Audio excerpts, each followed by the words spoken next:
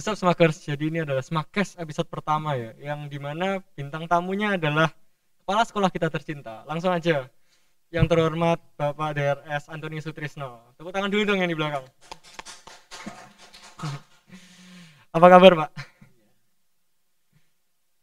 Boleh ya saya lepas. Oh ini boleh Pak, kan jarak silahkan. kita sudah Pakai 1,5 meter ya. ya. Terus FYI buat kalian, kita ini menerapkan protokol kesehatan yang dianjurkan pemerintah. Jadi sebelum podcast ini dijalankan, kita sudah menyeterikan dulu dengan disinfektan, jadi bisa dijamin aman. Juga kru yang di belakang dibatasi jaga jarak, pakai masker semua, so aman. Kita pakai hand sanitizer dulu ya. Iya. Sorry, hand sanitizer. Agak. Oke, gimana Pak kabarnya? Ya, kabarnya baik-baik. Selamat pagi semuanya. Salam sejahtera. Semoga Tuhan senantiasa memberkati kita semuanya. Amin Pak. Oke. Sekarang perasaannya Bapak menjadi kepala sekolah sudah hampir 3 tahun ya Pak? 3 tahun, ya betul. Rasanya gimana Pak? Ya, jadi mulai tahun 2018 kemarin kami sebagai guru kemudian diberikan tugas tambahan oleh yayasan sebagai kepala sekolah. Tentunya ini sebuah amanah dari yayasan, kepercayaan dari yayasan, mau tidak mau harus kami terima dan kami laksanakan dan kami pertanggungjawabkan sebaik-baiknya. Oleh karena itu sudah 3 tahun ini kami menjalankan tugas amanah itu sebagai kepala sekolah. Tentunya di sana sini ada hal-hal yang mungkin yang menyenangkan, ada yang kurang menyenangkan, itu terbiasa di dalam menjalankan tugas sebagai kepala sekolah. Tapi secara umum intinya bahwa kami menjalankan selama 3 tahun ini, menjalankan tugas ini kami laksanakan dengan penuh tanggung jawab, dengan penuh sukacita begitu. Wah, ya. Kelihatan kok dengan penuh tanggung jawab dan sukacita. Iya. Nah, tadi Bapak kan bilang ada hal yang menyenangkan nih Pak. Iya. Pengen tahu nih Pak, mungkin teman-teman juga kepo. Hal yang paling buat Bapak senang menjadi kepala sekolah apa sih Pak? Iya, karena begini. Kami menjadi kepala sekolah itu terutama Bapak Ibu guru juga mungkin sama perasaannya. Yang kita hadapi ini adalah benda hidup, bukan benda mati. Artinya setiap hari kita langsung berhadapan. Kalau kami sebagai kepala sekolah tentunya langsung berhadapan dengan Bapak Ibu guru karyawan, dan kami juga langsung berhadapan dengan para siswa ketika belum pandemi COVID-19 itu. Tentunya setiap orang, setiap pribadi individu itu kan punya karakter individu yang berbeda-beda. Inilah yang sungguh menyenangkan, sungguh menghibur. Kadang-kadang di tengah kepenatan, tengah kesibukan yang pikiran terkonsentrasi berat, kadang-kadang ketika ketemu dengan para siswa, anak-anak itu, ini hilang semuanya. Karena apa? Kita bisa melihat mereka bersenyum bersama, tertawa bersama. Inilah yang membahagiakan kami, yang mendukung, yang mensupport kami sebagai kepala sekolah. Oke, gitu, ya. Luar biasa Pak jawabannya. Kan kita juga Bapak tahu di Semak ini banyak sekali anak-anak yang berprestasi Pak, yang membawa piala-piala ke sekolah. Perasaan Bapak gimana sih Pak? Sama kita lihat Bapak selalu mensupport. Betul. Jadi sebenarnya prestasi para siswa itu kalau di Semak itu sejak saya dulu menjadi siswa di Semak ini, kami pun kan juga alumni dari Semak Santo Agus ini. Terkhusus ketika kami dipercaya oleh sekolah menjadi waka kesiswaan mulai tahun 2004 sampai 2018,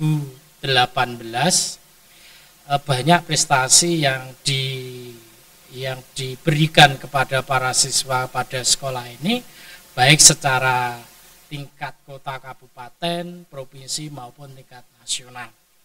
Tingkat nasional pun pernah ada prestasi yang sangat menggembirakan, luar biasa. Waktu itu saya sebagai pembimbingnya sendiri, yaitu juara Olimpiade Statistik tingkat nasional. Ya. Yang sekarang ini siswa yang berprestasi ini ini sudah memiliki sebuah pekerjaan yang sangat luar biasa.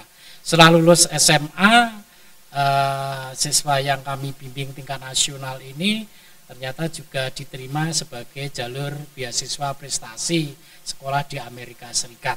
Di Amerika, Pak? Di Amerika Serikat, ya. Setelah itu dia terpilih sebagai Senat Mahasiswa Eropa. Wah. Ya.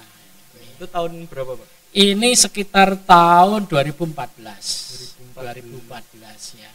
Berarti 7 tahun lalu. Iya, 2014 tahun yang lalu. Ya. Dan tidak hanya itu, prestasinya di tingkat nasional banyak sekali. Malah yang terakhir-akhir ini yang sangat menggembirakan kami, meskipun dalam situasi COVID seperti ini, lomba yang diikuti para siswa tentunya secara daring tetap mencabut gelar juara 1 tingkat nasional, baik film pendek tingkat nasional, kemudian juga lomba-lomba yang lain yang diadakan oleh universitas, terutama Ubaya dan Petra. Ya. Sorry Pak motong, kalau boleh tahu dulu Bapak ngajar pelajaran apa ya? Ya, ketika saya ngajar di sini tahun 1991. Jadi saya lulus tahun 1990. Kami itu lulus dari SEMAK ini tahun 1986. Kemudian tahun 1989 kami menyelesaikan sarjana. Kemudian tahun 1990-91 kami mulai mengajar di SEMAK ini. Pada saat itu kami diberi tugas untuk mengajar PMP waktu itu namanya, yang sekarang namanya PPKN. PMP itu singkatan apa ya, Pak? Pendidikan Moral Pancasila.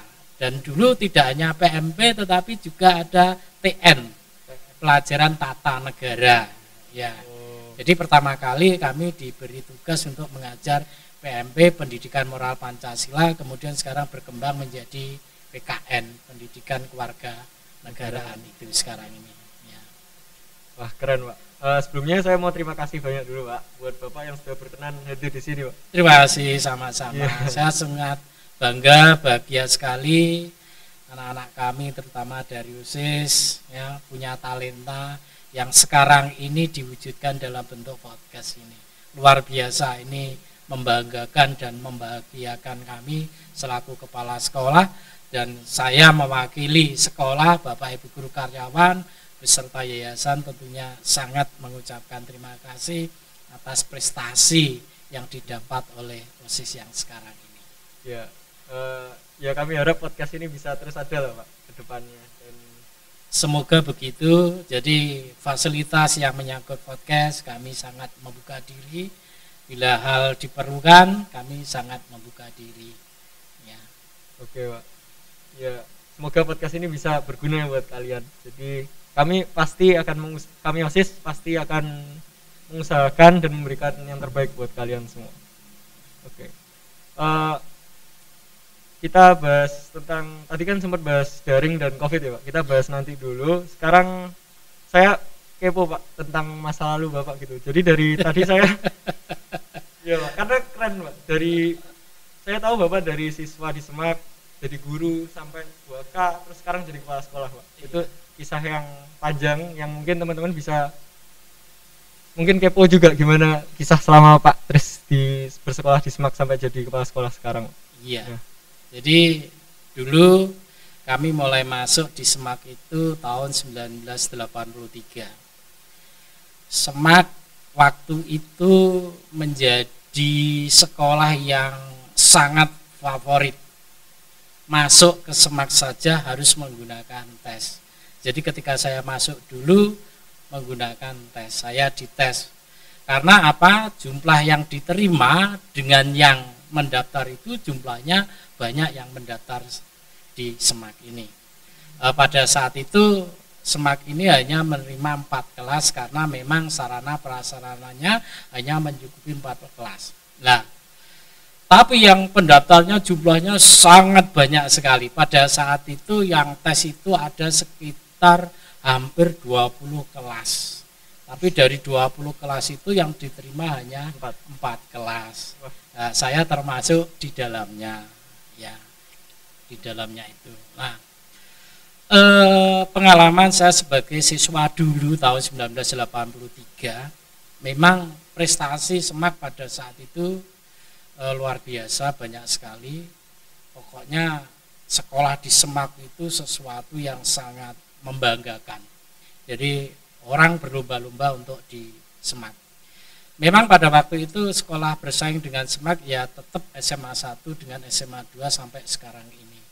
Ini yang menjadi pilihan di kota Kediri tahun 1983 itu, kalau negerinya ya SMA 1, SMA 2, kalau swastanya ya di Semak ini. Tetapi mayoritas animonya ya ke Semak ini. Mengapa ke Semak itu? Karena ini pendidikan karakternya sudah dimulai awal sekolah ini berdiri. Terutama tahun 1983 itu Semak itu terkenal sampai sekarang ini tentunya sekolah yang disiplin, ya, sekolah yang disiplin. Jadi penerapan disiplinnya, penerapan tanggung jawabnya, kemudian penerapan kejujurannya itu sangat luar biasa. Nah sekarang ini 3 karakter yang dulu yang namanya disiplin, kemudian tanggung jawab, jujur, mulai tahun 2004 itu kami tambahkan 1 lagi karakter, yaitu kasih. Jadi sekarang itu output dari Semak itu keluar harus di dalamnya siswa memiliki 4 karakter. Yang pertama adalah disiplin, kemudian tanggung jawab, jujur, dan kasih. Ini itu. Nah, yang terkesan ketika saya sekolah di sini dulu, yang pertama adalah ya sebagai anak-anak usia sekolah lah, pacaran itu kan biasa dulu. Sama iya. Ya. Dulu zaman saya itu kalau ada cewek Semak yang sekolah di Semak ya, pacaran dengan cowok atau laki-laki sekolah lain, maka tidak boleh diantar sampai masuk lingkungan sekolah.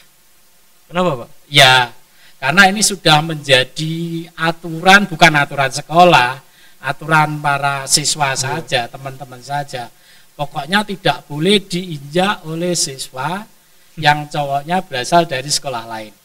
Jadi hanya mengantar sampai dengan jalan raya sana, di luar gerbang sana. Kalau jemput pun juga tidak boleh. Kalau berani jemput sampai masuk, mengantar sampai masuk ke dalam lingkungan sekolah, biasanya itu menjadi ramai. Ya, ya, tidak boleh. Mengapa ya? Karena itu sudah tradisi pada waktu itu. Sehingga anak-anak ini apabila punya pacar ya mayoritas ya berasal dari temannya sendiri di Semak Agustinus sendiri. Berarti beruntung ya, Pak, anak-anak sekarang yang punya pacar di luar gitu. Kalian beruntung, teman-teman. Iya. Ya, kalau boleh tahu dulu depan gerbangnya gitu atau? Iya, dulu tempat gerbangnya di sebelah depan gereja ini, karena dulu belum ada gerbang yang bagian sebelah barat, belum ada. Karena itu hanya lapangan saja. Ya.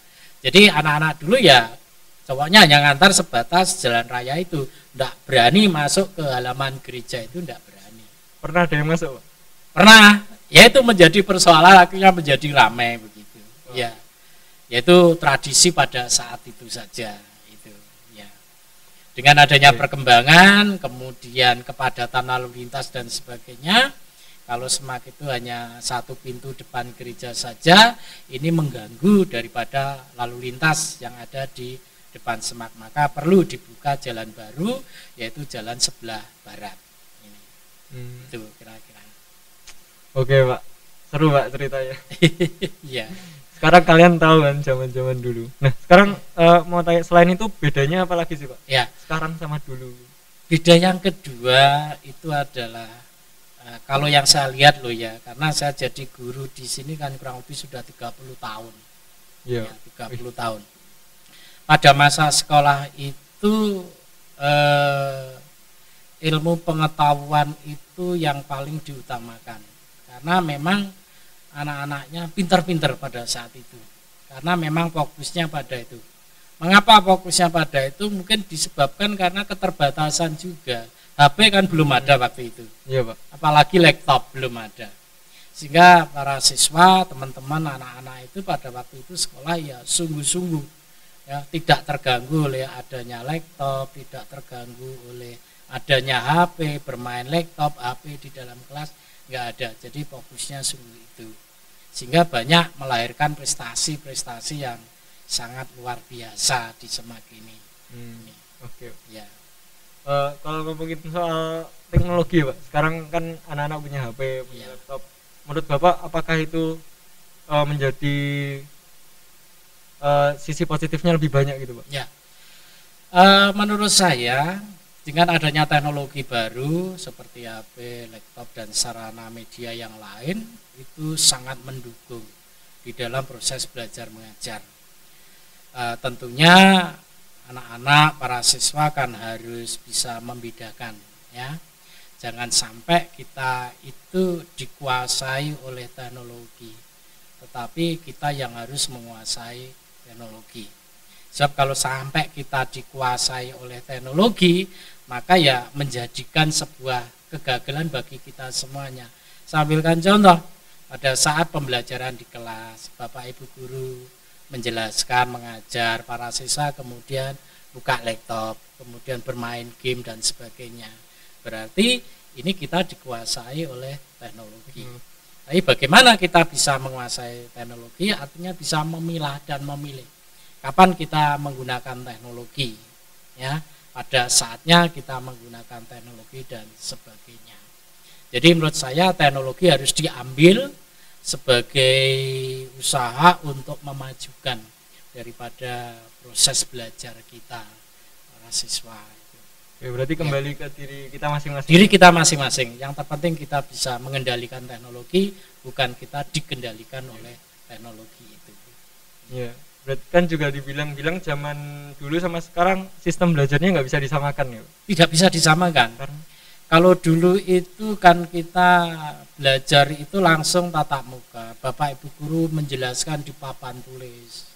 Itu semua tugas juga di papan tulis dan seterusnya. Kalau sekarang kan sudah tidak seperti itu.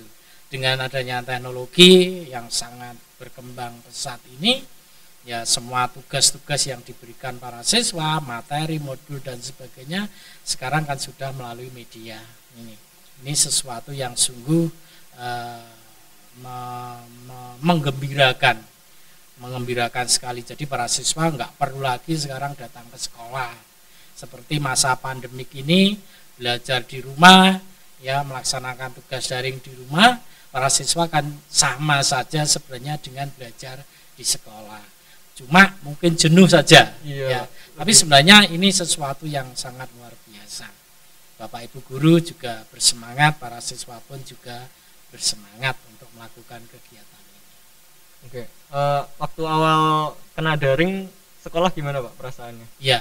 Harus pindah langsung 180 derajat pindah ke teknologi. Iya, pada saat itu kita mulai ada program kegiatan daring itu kan bulan Maret, karena pandemik itu mungkin akhir-akhir Februari. Memang setelah kita mendengar dari pemerintah tentang adanya pembelajaran jarak jauh atau daring itu, maka ya sekolah agak kelabakan. Mengapa agak kelabakan? Tentunya harus menyiapkan sarana prasarana untuk itu. Tentunya juga harus mempersiapkan Bapak Ibu guru menyongsong pembelajaran jauh itu. Maka kemudian kepala sekolah kan harus melaksanakan namanya pelatihan, workshop bagaimana pembelajaran menggunakan daring, bagaimana kita membuat media untuk pembelajaran daring dan sebagainya. Toh pada akhirnya akhir bulan Maret April itu kita sudah bisa melaksanakan, ya kalau dibilang sempurna ya belum, tapi paling tidak 80-85% kita sudah bisa melaksanakan daring secara baik ini. Itu kira-kira. Iya, Pak.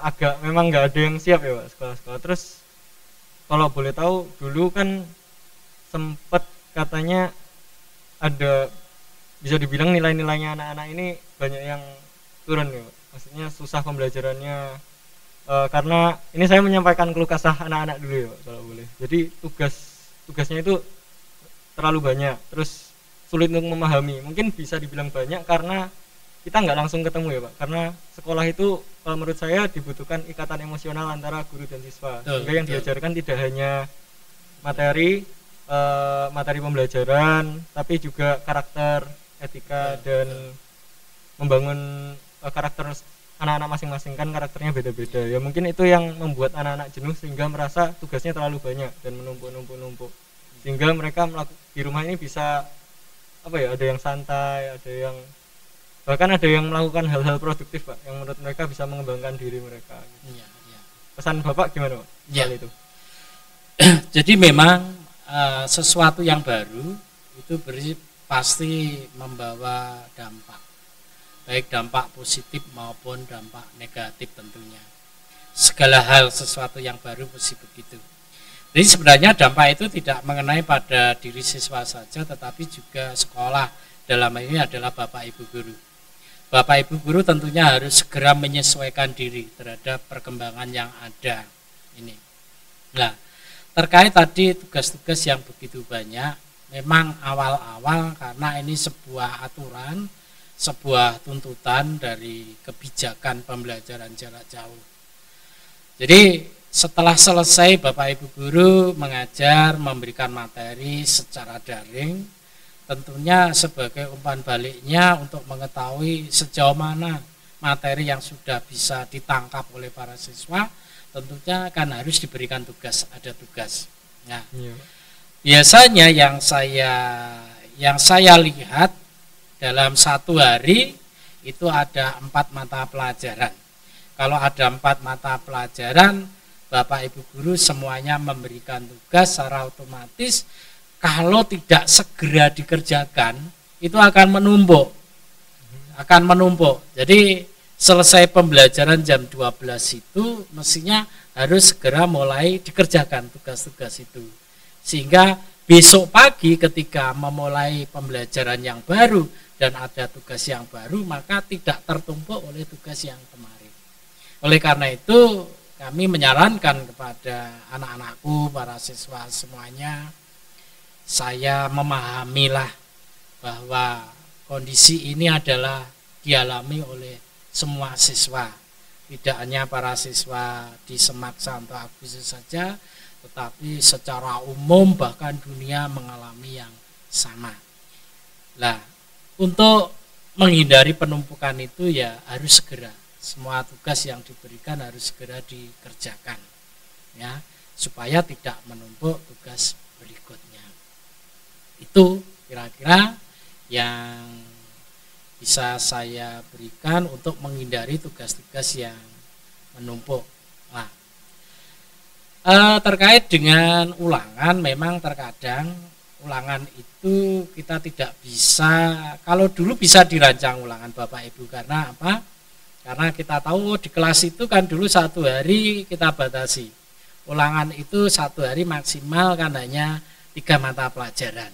Kalau lebih dari 3 mata pelajaran, Bapak Ibu guru pengajar yang lain yang mau mengadakan ulangan memberitahu, kan bisa diberitahu oleh siswa di kelas itu, Ibu, Bapak, besok tanggal ini sudah ada 3 ulangan. Berarti kan Bapak Ibu merancang untuk melihat hari yang lain, mencari hari yang lain begitu. Nah, kalau sekarang ini kan tidak bisa. Karena apa? Kan Bapak Ibu guru yang mengajar terdahulu kan kita nggak tahu apakah sudah memberikan ulangan apa belum dan seterusnya. Oleh karena itu sebenarnya ulangan yang diberikan oleh Bapak Ibu guru tidak tujuannya membebani para siswa, tidak sama sekali. Bapak Ibu guru itu belajar juga psikologi anak, tentunya juga mengukur tingkat kemampuan anak atau para siswa itu. Ini. Oleh karena itu ulangan-ulangan yang diberikan itu sudah terukur sebenarnya. Ukurannya apa? Tentunya tidak menyimpang dari materi yang sudah diberikan oleh Bapak Ibu guru. Nah, kalau sudah diberikan materi, tugas-tugas kemudian tidak ada evaluasi, justru inilah yang kemudian nanti siswanya menjadi apa? Menjadi rugi. Kerugiannya apa? Karena umpan baliknya kan tidak ada. Iya. Apakah materi itu sudah diterima dengan baik? Apakah materi itu sudah ditangkap dengan baik? Tentunya dari hasil ulangan nanti yang diterima oleh Bapak Ibu guru setelah dikoreksi baru melihat hasil evaluasi atau nilai itu kan umpan balik juga bagi Bapak Ibu guru. Wah, nilainya kok seperti ini. Nah, inilah yang menjadi evaluasi bagi Bapak Ibu guru. Apakah mungkin mengajarnya terlalu cepat, apakah dalam menjelaskan mungkin kurang jelas dan sebagainya seperti itu. Jadi sebenarnya ulangan harian itu dan ulangan-ulangan yang lain manfaatnya banyak, intinya untuk mengukur kemampuan para siswa setelah menerima materi pembelajaran. Baik Pak. Ya, cukup. Terus saya cukup kepo Pak. Kalau dulu kan waktu masa offline itu penilaian diambil dari dua aspek ya Pak, antara keterampilan atau sifat karakter, sama nilai materi atau nilai pelajaran. Itu kalau online berarti nilai karakternya itu cuma dari pengumpulan tugas atau bagaimana Pak? Ya, jadi sebenarnya penilaian yang diberikan oleh Bapak Ibu guru itu mencakup 3 aspek ya. Aspek kognitif, aspek afektif, aspek psikomotorik. Kognitif dari sisi pengetahuannya, afektif dari sisi sikapnya, psikomotorik dari sisi skillnya. Jadi bagaimana dia mengerjakan tugas-tugas itu, kan seperti itu. Nah, kalau pada saat offline tatap muka itu ketiga ranah aspek ini akan mudah untuk dilakukan penilaian. Karena apa? Bapak Ibu guru bersama dengan para siswa peserta didik langsung bertatap muka secara langsung. Nah, ketika pembelajaran daring ini yang penilaian yang kedua tadi yang afektif itu ini masih mengalami kendala. Karena apa? Bapak Ibu guru tidak melihat secara langsung sikap perilaku sehari-hari di dalam pembelajaran. Ini. Oleh karena itu ranah penilaian ketiganya ya tetap harus ada. Nah, kemudian nilai sikapnya bagaimana? Nah, pada saat Zoom itu kan juga bisa terlihat. Pada saat Zoom itu kan bisa dilihat bagaimana mengikuti proses belajar mengajar. Apakah ada sikap sambil tiduran, apakah bersungguh-sungguh untuk mengikuti, apakah ada interaksi dan seterusnya. Dari situ Bapak Ibu bisa memilahkan, oh ini di ranah kognitif, oh ini ranahnya afektif, oh ini ranahnya psikomotorik. Kalau ranah psikomotorik dengan ranah kognitif itu sangat mudah, tapi yang afektif ini. Tapi saya yakin bahwa dengan adanya 4 karakter yang sudah kita terapkan pada saat tatap muka dulu, meskipun pembelajaran daring, pembelajaran jarak jauh, saya masih tetap berkeyakinan bahwa para siswa memiliki karakter yang baik. Karena karakter itu tentunya tidak bisa lepas begitu saja dari para diri siswa semuanya. Oke Pak, keren. Ini daring saya juga lihat banyak teman-teman saya Pak, satu angkatan, kakak kelas atau adik kelas itu yang semasa daring ini kan mereka waktu di sekolahnya bisa dibilang nggak ke sekolah ya Pak, jadi belajar dari rumah saja. Waktu masa belajar di rumah ini mereka ada yang buka toko Pak, ada yang sukses buka toko online, ada yang belajar mungkin ikut orang tuanya, diajarin hal-hal yang mungkin bisa kerjaan atau apapun. Terus mereka ada yang mengembangkan hobi, ada yang intinya ada yang lebih produktif lah Pak. Nah, tapi juga ada masih anak-anak ini yang malas-malasan Pak di rumah, beranggapan bahwa sekolah daring ini ada yang bilang merugikan gitu Pak, ada yang mungkin berpikiran seperti itu. Nah, menurut Bapak gimana? Ya, jadi sisi positif ya untuk pembelajaran daring jarak jauh di masa COVID ini ada sisi positifnya. Yang pertama adalah banyak waktu interaksi keluarga, paling penting antara anak dengan orang tua, antara anak dengan anak. Karena kalau pembelajaran tatap muka paling kita ketemu di rumah itu hanya berapa jam, setelah itu masuk kamar masing-masing. Tapi di masa daring ini sisi positifnya adalah interaksi orang tua dengan anak sangat luar biasa. Ini. Nah, di dalam interaksi itu loh tadi sudah disampaikan, maka orang tua juga ada waktu untuk memberikan bekal pada anak-anaknya yang memiliki talenta yang positif. Maka kemudian ada orang tua yang mempelajari anak-anaknya, setelah selesai belajar ada sisa waktu, kemudian diajari untuk melakukan kewirausahaan. Ini sesuatu hal yang positif. Supaya nanti pada akhirnya output sekolah ini di dalamnya memiliki seperangkat ilmu pengetahuan, juga yang kedua memiliki seperangkat nilai kewirausahaan itu tadi. Jadi ini sesuatu yang sangat positif sekali. Dan saya mendengar ada yang setelah selesai pembelajaran jam 12, ada yang kemudian bekerja. Ya, bekerja itu sesuatu yang positif.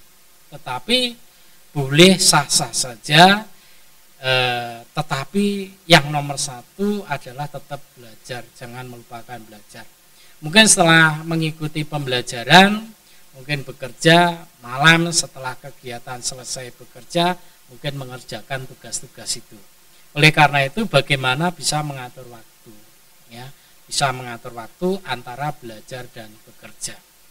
Tadi disampaikan juga ada yang berkeluh kesah bahwa pembelajaran daring itu merugikan. Ya. Mungkin karena juga bayar SPP Pak mungkin. Iya. Mereka merasa gitu Pak mungkin. Oh mungkin, iya. Ya. Jadi sebenarnya seperti membayar iuran sekolah atau yang sering disebut dengan SPP. Bahwa sekolah ini kan tidak libur, para siswa pun juga tidak libur. Bapak Ibu guru karyawan tidak libur. Ya. Tetap melakukan aktivitas pembelajaran seperti tatap muka. Yang bagian pegawai TU ya tetap melaksanakan tugasnya, kemudian bagian karyawan pesuruh tetap melaksanakan tugasnya, Bapak Ibu guru tetap melaksanakan tugasnya, cuman tidak bertatap muka secara langsung. Ya, setiap hari Bapak Ibu guru beserta karyawan masuk terus. Karena apa? Bapak Ibu guru harus menyiapkan semua pembelajaran tugas di sekolah. Kami bisa memantau secara langsung. Kesulitan, kendala apa langsung segera kami atasi ketika pembelajaran daring. Sehingga namanya bukan libur. Ya, kita tidak libur, kita tetap terus belajar. Karena kita tetap terus melaksanakan tugas-tugas, maka operasional sekolah kan tidak bisa berhenti. Ya, maka betul. Itu perlu dipahami. Ya, perlu dipahami dari diri para siswa semuanya. Yakinlah dan kita berdoa bersama-sama. Yang jenuh itu tidak hanya para siswa yang saya cintai semuanya. Yang jenuh itu juga kami, Bapak Ibu guru yang biasanya ramai, berguru bersama, bertemu para siswa seperti anak sendiri di sekolah, sekarang sudah tidak bisa bertemu. Rasanya ada kangen lah. Ya, antara para siswa dengan kami kangen, begitu pula sebaliknya kami dengan para siswa itu juga kangen sebenarnya, karena kami menganggap para siswa anak-anak kami di sekolah itu kan bukan orang lain, tetapi anak saya sendiri. Jadi kami dititipi oleh orang tua sebagai orang tua kedua di sekolah itu. Ya, tetap semangat, ya, tetaplah semangat. Tidak ada sesuatu yang negatif, ya. Berpandangan positif saja untuk memotivasi kita agar pembelajaran kita, belajar kita di masa pandemi ini tetap terus bisa berjalan. Gitu. Oke. Keren kan Pak, saya mau cerita sedikit boleh? Boleh ya. Jadi saya sempat berkeluh kesah ke orang tua saya, ke papa tepatnya. Saya tanya gitu, ngapain aku harus belajar biologi, harus belajar kimia, semua tak pelajari, padahal aku sudah tahu besok besar mau jadi apa, cita-citaku apa, kenapa harus tak pelajari semua. Nah, yang mengagetkan jawabannya papa itu, ya harus dong, kamu mungkin sudah tahu kamu mau apa, tujuanmu kemana, tapi yang terpenting itu kamu belajar di sekolah itu nggak cuma pelajarannya, tapi dari sisi karakter dan juga tanggung jawabmu ke depan. Betul. Kayak semisal kamu nggak, misal kurang suka biologi karena merasa tidak terlalu butuh, ya kamu mau nggak mau harus kamu selesaikan. Soalnya besok besar mungkin kamu juga dihadapkan dengan yang namanya pajak atau apa. Meskipun kamu nggak suka, tapi kamu harus menyelesaikan. Ya, itu yang mungkin membangun pikiran saya. Kayak, oh iya, bener ya. Sekolah itu ya seperti yang tadi kita bicarakan bahwa yang terpenting itu juga 4 aspek tadi Pak yang Semak ajarkan. Jadi buat teman-teman kalau misal berpikiran nggak butuh pelajaran ini dibutuhkan kok. Yang dibutuhkan itu sebenarnya tanggung jawabnya lebih besar. Yuk. Ya. Gimana? Ini sebenarnya gini, apa yang disampaikan oleh papa, Ya. orang tua yang di rumah itu sangat luar biasa. Sebenarnya kita sekolah para siswa itu sebenarnya yang dicari itu sebenarnya bukan nilai utamanya. Jadi bukan nilai kita biologi 195,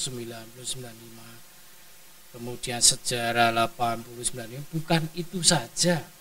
Itu adalah satu sarana alat ukur saja untuk melihat ketuntasan di dalam pembelajaran. Tapi yang paling utama sebenarnya sekolah itu adalah untuk pendewasaan diri. Lah ini, pendewasaan diri. Lah, pendewasaan diri itu tidak bisa dicapai dalam waktu yang 1-2 hari, 1 minggu, 1 tahun, tidak bisa. Karena apa? Pendewasaan diri itu kan perlu sebuah proses. Lah kita nanti hidup di masyarakat, hidup di keluarga, hidup di lingkungan kerja, bahwa semuanya itu menggunakan proses. Oleh karena itu, para siswa yang sekarang sekolah, yang tadi mungkin ada dalam hati kayak nek gunanya belajar sejarah, kayak nek gunanya, bukan. Tapi nilai belajar itu yang paling utama. Ya, nilai belajar Pak. Nilai belajarnya. Nilai bukan ukurnya tadi 90, 85, enggak. Proses itu tadi lah. Kita menjadi dewasa, ya. Contoh orang yang dewasa itu apa? Orang yang telah memiliki tanggung jawab. Itu orang yang dewasa. Nah, siapa yang bisa membentuk kedewasaan itu? Pertama-tama adalah dirinya sendiri. Kemudian dibantu oleh orang tua, dan yang ketiga oleh pihak bapak ibu guru yang di sekolah. Karena apa? Orang tua, bapak ibu guru itu yang tahu lebih dulu bagaimana mendewasakan anak-anaknya, para siswanya, ya, supaya ke depan nanti menjadi para siswa yang sukses, yang berhasil seperti itu. Jadi sekali lagi, sekolah itu sebenarnya yang kita cari bukan nilai angka, tapi bagaimana kita menjadi dewasa dengan belajar itu. Oleh karena itu terus belajar. Makanya belajar itu tidak dibatasi. Belajar itu terus menerus sampai kita masuk liang lahat, sampai kita meninggal dunia. Ya, makanya belajar tidak pernah bisa berhenti. Iya. Ya. Oke. Ya mulai hari dari mulai sekarang ini saya mulai kebuka pikirannya Pak, bahwa ternyata belajar ini nggak cuma tentang kamu bisa dan bisa memahami, tapi juga harus menerapkan Pak. Ya. Benar ya? Betul ya. Ya. Terus kan saya juga sempat berpikiran kalau SD itu tempatnya kita, ajang kita apa ya, membangun karakter dari kecil. Terus SMP itu tempat kita belajar lebih banyak lah, sosial dengan teman dan lain-lain, dan SMA ini sebenarnya tempat mematangkan, benar nggak? Iya. Jadi sebenarnya begini, jadi inilah yang namanya proses tadi saya katakan. Jadi kedewasaan itu anak lahir langsung dewasa kan tidak bisa. Jadi prosesnya ya harus melalui salah satunya pendidikan, TK, masa bermain, ya, nilai motoriknya itu yang dibangun. Bagaimana membangun kebersamaannya dengan teman-temannya, ya, namanya TK, taman kanak-kanak, taman bermain, ya, itu. Kemudian SD tadi sampaikan sekolah dasar, ya, dasar dasar dari berpijak ilmu yang kemudian akan didapat di SMP dan di SMA-nya itu. Oleh karena itu, orang tua yang bijak, yang baik, ngerti dan punya tanggung jawab terhadap pendidikan anak, maka usia anak TK dan SD ini harus dicarikan TK dan SD yang sungguh-sungguh baik. Mengapa? Karena itu potensi dasarnya. Jadi potensi dasar yang dibangun, kalau kita itu membangun sebuah rumah itu bangunan ke atasnya kuat tidak tergantung pondasi dasarnya ini. Kalau pondasi dasarnya itu kita membangun tidak kuat, setelah bangunan jadi, hujan deras, anginnya itu cukup kencang, maka roboh. Oleh karena itu, untuk TK, untuk sekolah dasar SD, maka diperlukan sekolah dasar TK yang sungguh-sungguh baik, supaya pondasinya menjadi kuat. Dan SMP, SMA itu kan tinggal moles saja apa yang sudah menjadi dasar tadi, ya kita tambah, kemudian kita poles supaya menjadi sempurna. Nah, untuk di Semak Santo Agustinus itu para siswa tidak hanya dipoles, dibekali oleh ilmu pengetahuan saja, tetapi dipoles juga kepribadiannya menggunakan 4 karakter tadi: disiplin, jujur, tanggung jawab, dan kasih. Karena inilah tantangan masa depan. Karena masa depan global itu nanti dibutuhkan orang-orang yang tidak hanya cakap di dalam pengetahuan otaknya saja, tetapi dibutuhkan kepribadian 4 ini. Oleh karena itu, sebelum masuk ke global sana, para siswa yang sekolah sini kami siapkan untuk itu, sehingga mampu bersaing nanti dengan bangsa lain di tingkat global begitu. Oke. Berarti bisa disimpulkan bahwa SMA ini kan tempat mematangkan, Pak. Betul. Ketahui, Pak. Penting nggak sih, Pak, waktu kita SMA ini seberapa penting kita menentukan tujuan kita? Kayak misal besok besar kita mau ngapain, atau sebenarnya kita ini SMA yang kita bangun apa, terus kita besok mau ngapain, itu penting nggak, Pak, menurut Bapak? Ya. Seberapa penting, Pak? Betul. Jadi sebenarnya cita-cita itu sebenarnya setiap siswa, setiap anak itu berbeda. Ada yang mulai SD itu sudah punya cita-cita, meskipun cita-citanya kadang-kadang itu masih mengikuti temannya. Tanya, besok mau jadi apa? Mau jadi dokter. Kalau ditanya mau jadi apa? Jadi insinyur dan seterusnya. Itu. SMP ada anak yang sudah punya cita-cita dan belum. Nah, di SMA itu saatnya mematangkan cita-cita. Nah, cita-cita itu harus dibangun di dalam pendidikan formal kemudian. Makanya di sekolah kita Semak Santo Agustinus yang kita cintai bersama ini, anak-anak dipersiapkan tadi dengan cara apa? Ya, diarahkan. Makanya mulai masuk ke Semak ini kan ada tes yang namanya tes inteligensi. Itu salah satunya yang digunakan untuk kira-kira saya nanti menguatkan cita-cita saya kemana dan seterusnya. Nah, tadi saya katakan cita-cita itu dibangun harus dalam koridor pendidikan formal. Makanya sekolah ini setiap bulan Oktober itu mengusung yang namanya Expo Perguruan Tinggi. Ya, nah, yang biasanya. Ya, yang biasanya kita lakukan setiap bulan Oktober itu ada kurang lebih 34 perguruan tinggi masuk ke Semak. Tujuannya apa? Para siswa itu bisa berinteraksi, orang tua berinteraksi langsung. Oh, kalau saya pengen nanti jadi dokter, kira-kira sarana apa yang harus saya persiapkan? Maka pada saat expo itu anak maupun orang tua bisa tanya, ya di stand perguruan tinggi itu. Kalau saya mau jadi dokter itu bagaimana? Ya, kemudian biayanya berapa dan seterusnya. Sehingga apa? Awal ketika siswa itu kelas 10 di Semak ini sudah punya cita-cita, kami panggilkan perguruan tinggi, selama 3 tahun anak sudah ada kepastian cita-cita, orang tua sudah mengetahui target cita-cita anak, maka anak itu belajar sungguh-sungguh mempersiapkan untuk cita-cita, dan orang tua bekerja keras untuk mencari biayanya. Jadi selama 3 tahun itu orang tua kan sudah mempersiapkan biaya, nyelengi dari hasil kerja untuk persiapan anaknya masuk perguruan tinggi.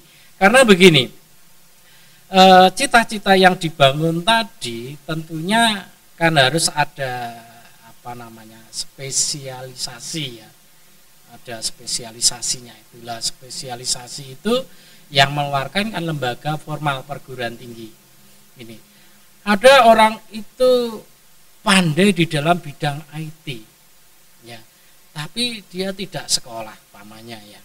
Kalau dia mau kerja di perusahaan atau di instansi manapun, ya dia akan mengalami kesulitan karena tidak punya spesialisasi formal yang dikeluarkan oleh perguruan tinggi. Dalam hal ini adalah ijazah yang dinamakan sarjana itu. Maka ada sarjana teknik, sarjana ekonomi, dan seperti itu. Ini. Dan yang kedua, keberhasilan cita-cita itu juga tidak mesti harus ditentukan oleh belajar di pendidikan formal perguruan tinggi. Tidak. Karena banyak kita lihat seperti Menteri Perikanan, mantan Menteri Perikanan, Bu Susi, ya, tidak mengenyam pendidikan perguruan tinggi, toh ternyata sukses berhasil di dalam cita-citanya. Gitu. Oleh karena itu yang terpenting bagaimana kita tetap konsisten, tetap membangun sebuah cita-cita yang sudah kita putuskan. Ini konsistensi itulah yang diperlukan untuk sebuah keberhasilan di masa yang akan datang. Berarti kembali lagi ke tadi yang Pak Tris bilang dari dasar gitu ya. Dasarnya harus kuat dulu. Iya. Oke Pak, saya kepo Pak. Kalau boleh tahu dulu waktu Bapak semasa SMA itu memang sudah bercita-cita menjadi kepala sekolah atau gimana? Iya. Gini. Saya itu mulai SD dulu. SD saya dulu di SD Santa Maria. Ya, SD Santa Maria. Itu setiap hari saya melihat pastor ya, ikut misa dan sebagainya. Saya bercita-cita dulu menjadi pastor. Ya, saya bercita-cita menjadi pastor. Setelah lulus SMP, saya mencoba untuk ke Seminari Garum. Tapi ternyata di Seminari Garum 1 minggu saya tidak kuat. Ya, kebetulan kakak saya kan sudah mendahului di Seminari Garum sana. Ya, kemudian oleh kakak saya disuruh pulang. Ya, kemudian setelah itu saya pulang, saya masuk ke Semak Agustinus ini. Setelah lulus dari sini, saya masih pengen menjadi pastor lagi. Itu cita-cita yang utama. Kemudian saya atas izin pastor paroki pada waktu itu, kemudian saya mencoba untuk ke seminari tinggi di Malang sana. Sudah masuk? Belum. Saya masih masa persiapan apa begitu, masa pendekatan, masa melihat kondisi di sana. Pada akhirnya ternyata juga akhirnya cita-cita itu tidak seperti itu. Maka kemudian kami langsung ya keluar dari jalur cita-cita itu. Saya harus menentukan cita-cita, yaitu pengen menjadi guru. Nah, kemudian saya masuk ke IKIP pada waktu ya. Nah, setelah masuk ke IKIP itu, cita-cita saya begini. Kalau saya jadi guru nanti, saya tidak mau hanya jadi guru biasa. Gitu. Tidak mau jadi guru biasa. Tapi saya harus mau jadi guru yang luar biasa. Nah, makanya ketika saya kuliah, sungguh-sungguh saya selesaikan hanya waktu 3 tahun. Tahun 1986 saya masuk IKIP, kemudian 89 saya lulus 90-91 saya diterima untuk mengajar di Semak ini. Nah, toh pada akhirnya dalam perjalanan saya mengajar, kemudian diberi kepercayaan jadi waka, kemudian setelah jadi waka kami diberi kepercayaan untuk menjadi kepala sekolah. Jadi konsistensi cita-cita itu dan cita-cita itu harus diperjuangkan. Kalau kita hanya menetapkan cita-cita, tidak ada konsistensi dan tidak diperjuangkan, ya cita-cita itu hanya menggantung saja, nggak pernah menjadi kenyataan. Oke Pak, kita sudah ngomong cukup panjang Pak, kalau bahas yang lain lagi mungkin bisa habis 2 hari ya, Iya.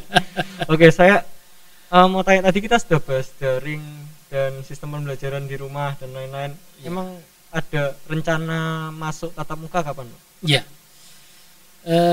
Ini 2 minggu kemarin kami rapat di Jawa Timur, kepala sekolah se-Jawa Timur di Surabaya. Tentunya salah satunya juga dipertanyakan tentang itu. Jadi sebenarnya kebijakan untuk tatap muka itu sesuai dengan aturan kementerian, kapanpun ketika tugas gugus COVID di kota kabupaten atau provinsi itu sudah memberikan sinyal diperbolehkan, maka tatap muka itu pun juga sudah diperbolehkan. Karena apa? Yang mengetahui situasi kondisi COVID-19 ini adalah tugas gugus COVID-19 yang ada kota, kabupaten, dan provinsi. Nah, sesuai dengan instruksi dari kementerian bahwa kalau sekolah sudah diinstruksikan oleh gugus tugas COVID-19 kota, kabupaten, atau provinsi untuk bisa melaksanakan tatap muka, tetapi itu bukan satu-satunya, maka harus dikomunikasikan dulu. Dengan siapa? Tentunya dengan pihak sekolah. Bagaimana kesiapan protokoler kesehatan di sekolah itu juga dilihat. Kalau sudah siap, kemudian juga minta persetujuan. Siapa? Komite sekolah, dalam ini adalah orang tua. Ya. Filternya siapa? Filternya adalah orang tua. Apakah putra-putrinya, anaknya sudah diperkenakan untuk mengikuti tatap muka atau belum? Itu adalah filternya adalah orang tua. Kalau orang tua, jadi kalau gugus tugas COVID sudah menyetujui, cabang dinas sudah menyetujui, sekolah sudah menyetujui karena sarana perangkat protokoler kesehatan sudah bisa dijalankan, tinggal orang tua. Kalau orang tua mengizinkan, ya anaknya bisa tatap muka. Kalau belum mengizinkan dan belum yakin, ya anaknya tetap belajar dari rumah menggunakan daring. Oleh karena itu kebijakan yang demikian nanti memang ada sisi positif dan negatifnya. Positifnya apa? Kita mewadai bagi para siswa, orang tua yang sudah jenuh di rumah bisa bertatap muka, tapi di sisi lain Bapak Ibu gurunya kan harus mengajar menggunakan 2 metode. Metode tatap muka di sekolah juga menyiapkan daring yang ada di rumah itu. Nah, tadi pertanyaannya kapan kira-kira tatap muka secara umum akan dimulai? Ini belum bisa menentukan. Karena tiap-tiap daerah wilayah itu potensi untuk penyebaran COVID-nya akan berbeda-beda. Ya. Makanya ada yang namanya ini merah, kemudian hijau, kuning, oranye, ya, hitam, itu sebagai tanda bahwa kondisi COVID yang ada di daerah itu.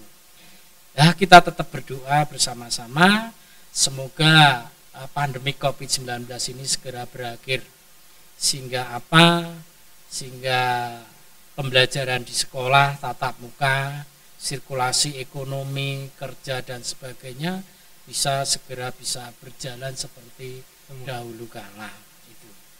Kapannya kita belum tahu, kita masih menunggu instruksi daripada petugas gugus COVID-19 yang ada di kota Kediri, kalau ini kota Kediri seperti itu. Ya. Terus tadi saya kan dengar kata filter ya. Ya. Berarti sistem pembelajarannya apakah selang-seling gitu Pak?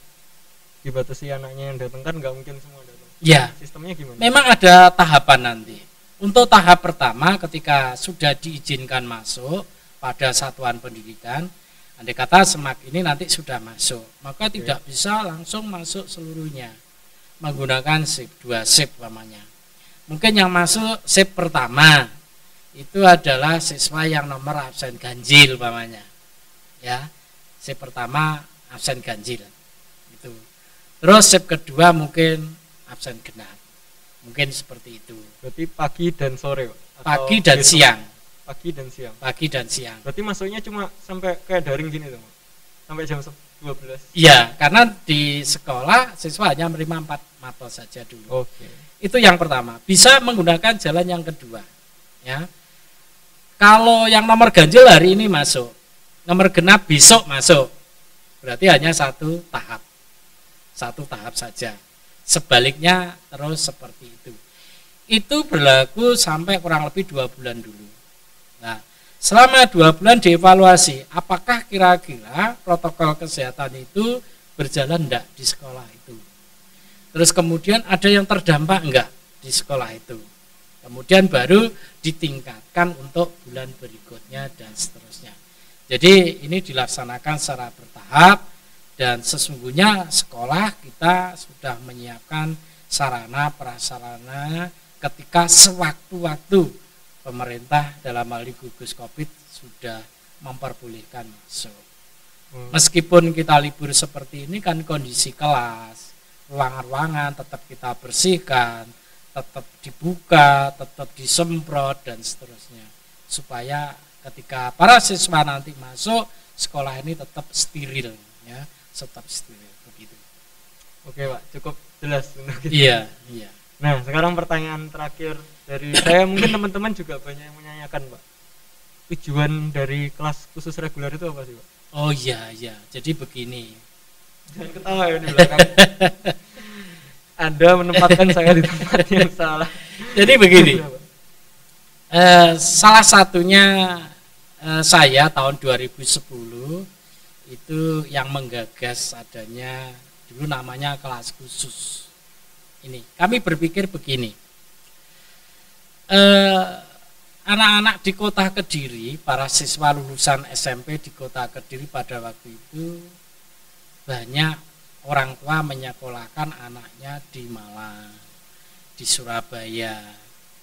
Tapi ketika anak-anak ini di Malang, Surabaya 2 bulan sudah kembali lagi ke Kediri dan masuk ke SMAK.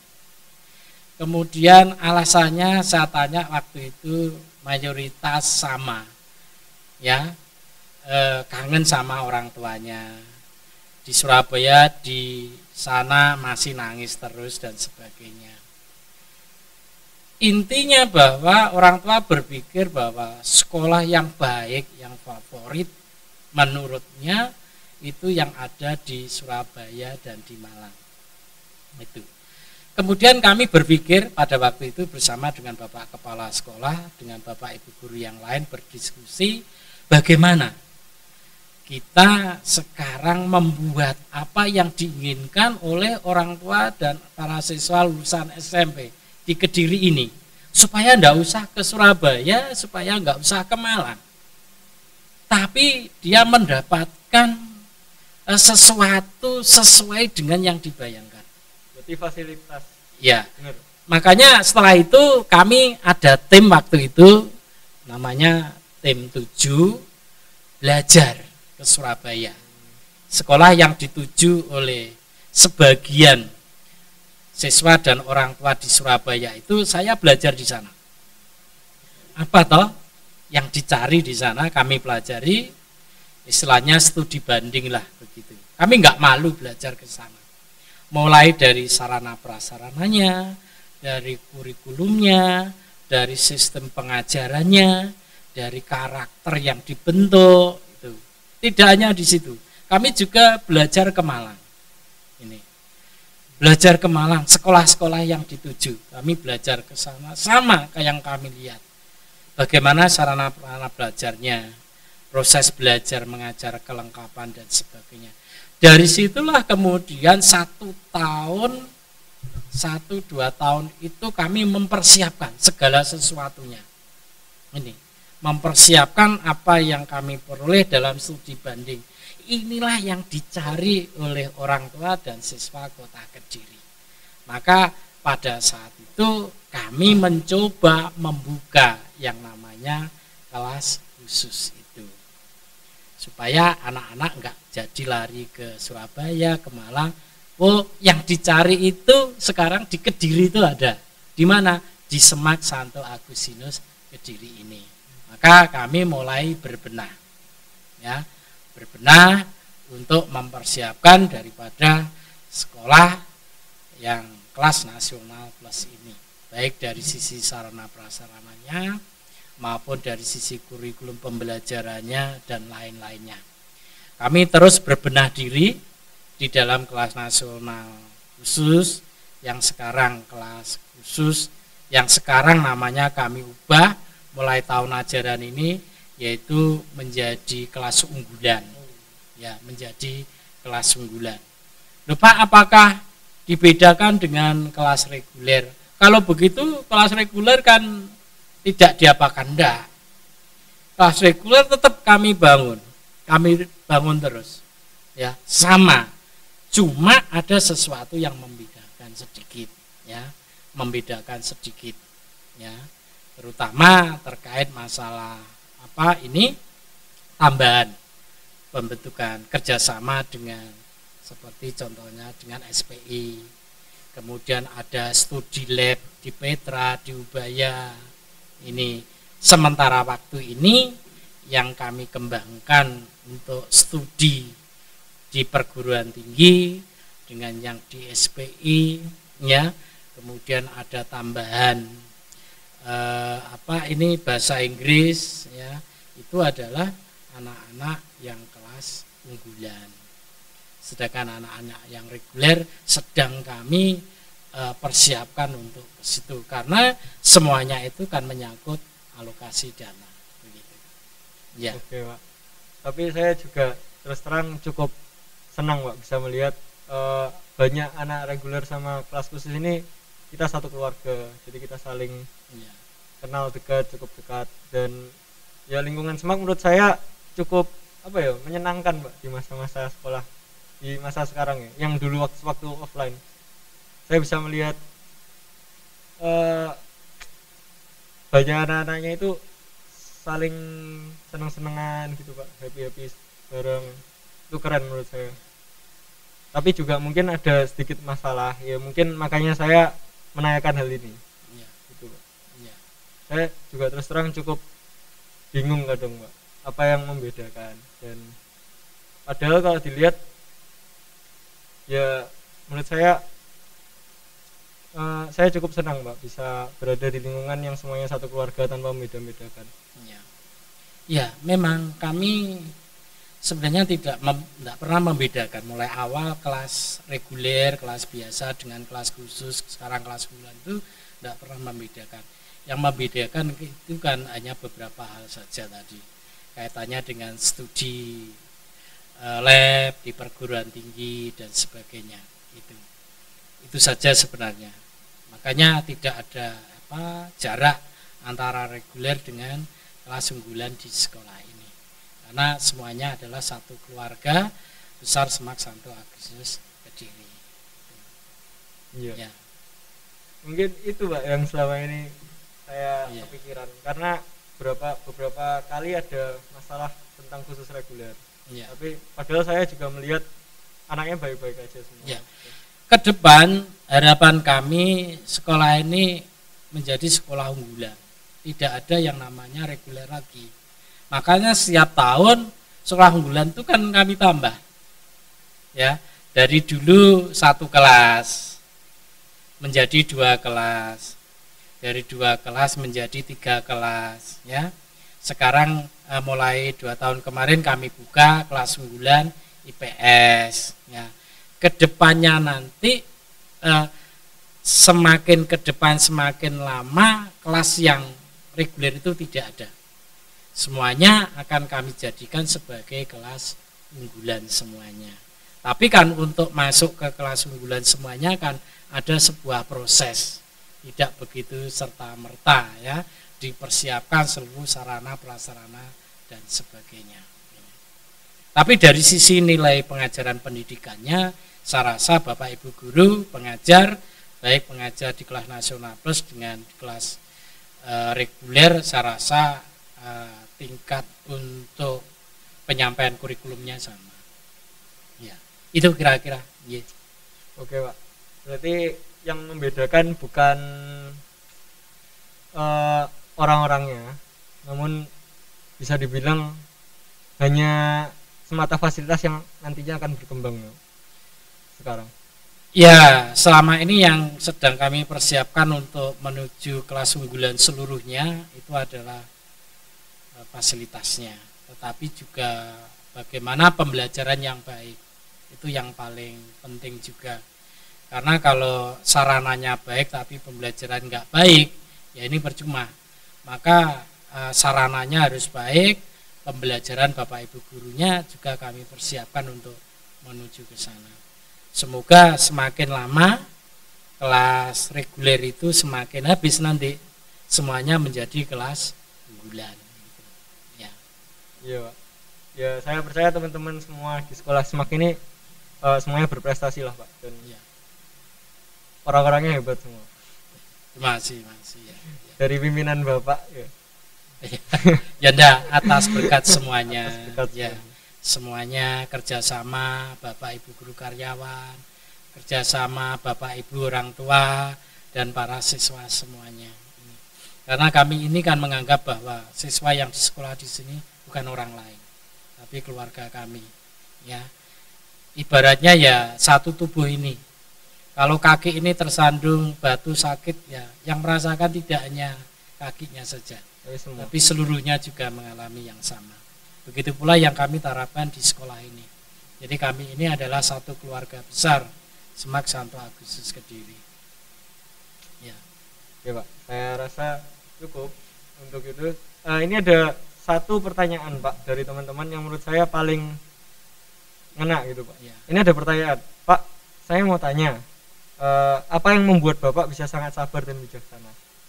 Dan terakhir Bapak kasih pesan buat teman-teman yang lagi nonton. Iya. Ya, ini apa yang membuat sabar dan bijaksana itu? Tentunya ini ya karakter. Ya, pertama karakter, yang kedua banyak belajar dari pengalaman. Ya. Banyak belajar dari pengalaman. Banyak mendengar. Jadi ketika kita ada laporan dan sebagainya, mendengarkan, tidak segera memvonis laporan itu, tetapi mempelajari laporan itu, kemudian tidak memberi sanksi terhadap itu, tetapi mencari solusinya terhadap itu. Ya, ini. Jadi saya rasa yang menjadikan saya bisa sabar, bisa bijaksana, karena kami berpikir bahwa tidak ada suatu masalah itu yang tidak bisa kita pecahkan secara bersama begitu. Ya, ini. Bijaksananya adalah belajar dari pengalaman tadi, ya, dari pengalaman tadi bahwa satu, saya tetap berpegangan satu pada hukum kasih. Cintailah sesamamu seperti mencintai dirimu sendiri. Jadi apa yang kami berikan, kami terapkan kepada orang lain, terkhusus Bapak Ibu guru dan karyawan, adalah sama sebenarnya yang kami terapkan pada diri kami sendiri. Memanusiakan manusia itu yang paling utama. Menjadikan orang sebagai manusia itulah yang paling utama. Oleh karena itu kami berpesan kepada anak-anak saya yang kami cintai, khususnya keluarga besar SMAK Santo Agustus Kediri, ya, mari para siswa kita belajar bersungguh-sungguh menyiapkan masa depan kita. Siapa yang menyiapkan masa depan kita adalah diri siswa sendiri. Bapak, ibu, orang tua di rumah itu hanya mendampingi, mengarahkan saja. Sedangkan dari sisi nilai pengetahuan dan karakternya, sekolahlah yang akan memoles. Sehingga ketika ada kerjasama yang baik antara para siswa sendiri, orang tua dan sekolah, yakinlah bahwa para siswa bisa merebut persaingan di masa yang akan datang.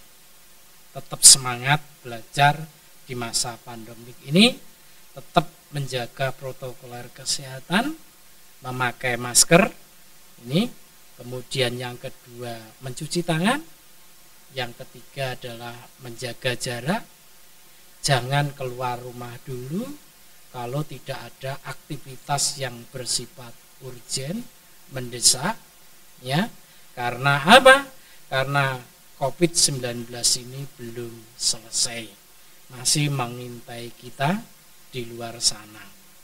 Ini tetap bersemangat dan kita berdoa bersama-sama agar pandemi COVID-19 ini segera berakhir di negara kita Indonesia khususnya dan dunia secara umum. Demikian kira-kira yang cukup bisa saya sampaikan. Terima kasih atas kesempatannya. Saya sangat luar biasa. Saya sangat bangga, bergembira karena ada kegiatan podcast di tengah pandemi ini. Ini sesuatu yang sangat luar biasa. Terus diteruskan dan terus ditingkatkan, ya. Amin. Ada hal-hal yang kira hambatan, silahkan komunikasi dengan kami. Oke, mungkin cukup Pak, bisa saya akhiri. Jadi terima kasih teman-teman atas sudah nonton podcast ini dan sudah mendengarkan podcast ini. Yang pertama, sekali lagi saya ucapkan terima kasih buat Pak Tris yang sudah berkenan datang. Saya juga mau minta maaf buat teman-teman, Pak Tris atau semua bila saya ada kesalahan kata atau apapun. Ya kiranya semoga podcast ini bisa terus ada dan never lasting ya. Maksudnya ada terus dan akan diteruskan generasi-generasi semakin akan mendatang. Dan semoga kalian bisa mendapatkan sesuatu dari podcast ini. Kalian bisa kok saran siapa tamu yang mau diundang, topik apa yang mau dibahas dan lain-lain. Dan jujur saya belajar banyak Pak hari ini dari Pak Tris. Oke, see you di episode kedua. Masih. Ya, masih.